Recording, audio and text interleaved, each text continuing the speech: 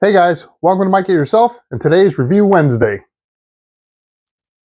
Hey guys, for today's video, we're going to cover the air deflector that we installed as a two-part series to address the heat from the Milwaukee 8 engine.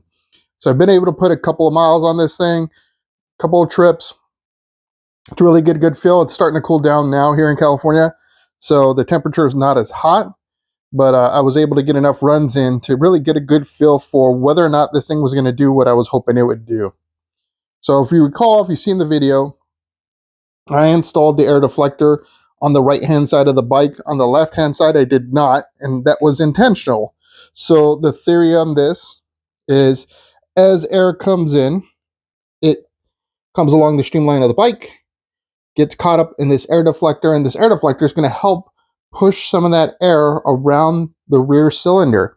And why that's important is because the front cylinder blocks the airflow that would be hitting that normally, right? Or that you would want there to help cool the engine down. So it's something that's standard.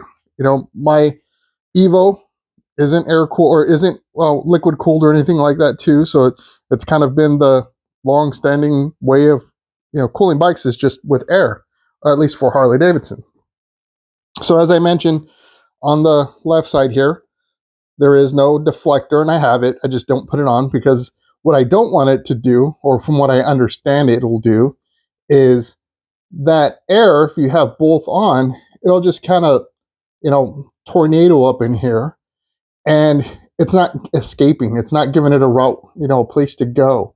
So by not having that deflector on the side, like I said, it kind of pushes it out. Now, in theory, you would think, okay, great, then you've just essentially moved the heat from one side to the other. When in, reality is without that air deflector in, that heat's building up and it's just sitting here. And as you run, it's going to get this like pocket and it's going to sit there and heat up and heat up and heat up. And you don't really notice it too much while you're riding.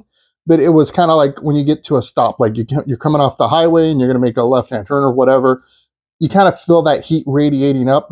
And yeah, it just, that was the problem. Now that I've had that deflector on, though, I can tell you that it has made a little bit of a difference.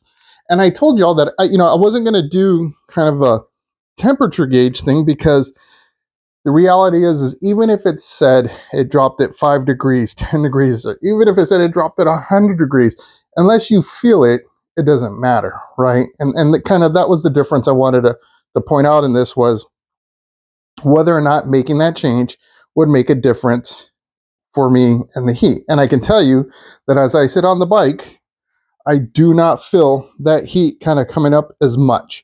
The bike does seem to run a little cooler.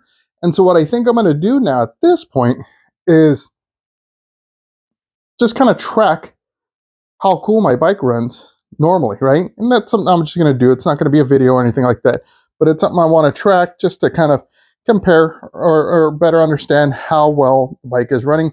However, we're getting into the winter. Not that it gets cold here in San Diego or in California, San Diego, California. It just, it'll be cooler, so it's not as crazy as far as the heat goes. Next summer, of course, though, as soon as that heat cranks up, then I'll have a good idea of what I'm looking for. So I hope that this brought you a little bit more information around the modifications made in order to help address that Milwaukee 8 heat. I will be doing a review of the other modification I made to the bike to help address that. And hopefully, it'll be something where you can take that information and make the decision on your own, right? To determine whether or not you want to make these same changes and move forward. Until then, I hope you enjoyed this video. If you did, hit that thumbs up. If you enjoy my content, subscribe. I really appreciate the support to the channel, and it helps me get to my journey of being at over 1,000 subscribers. Until then, I hope to see you in the win.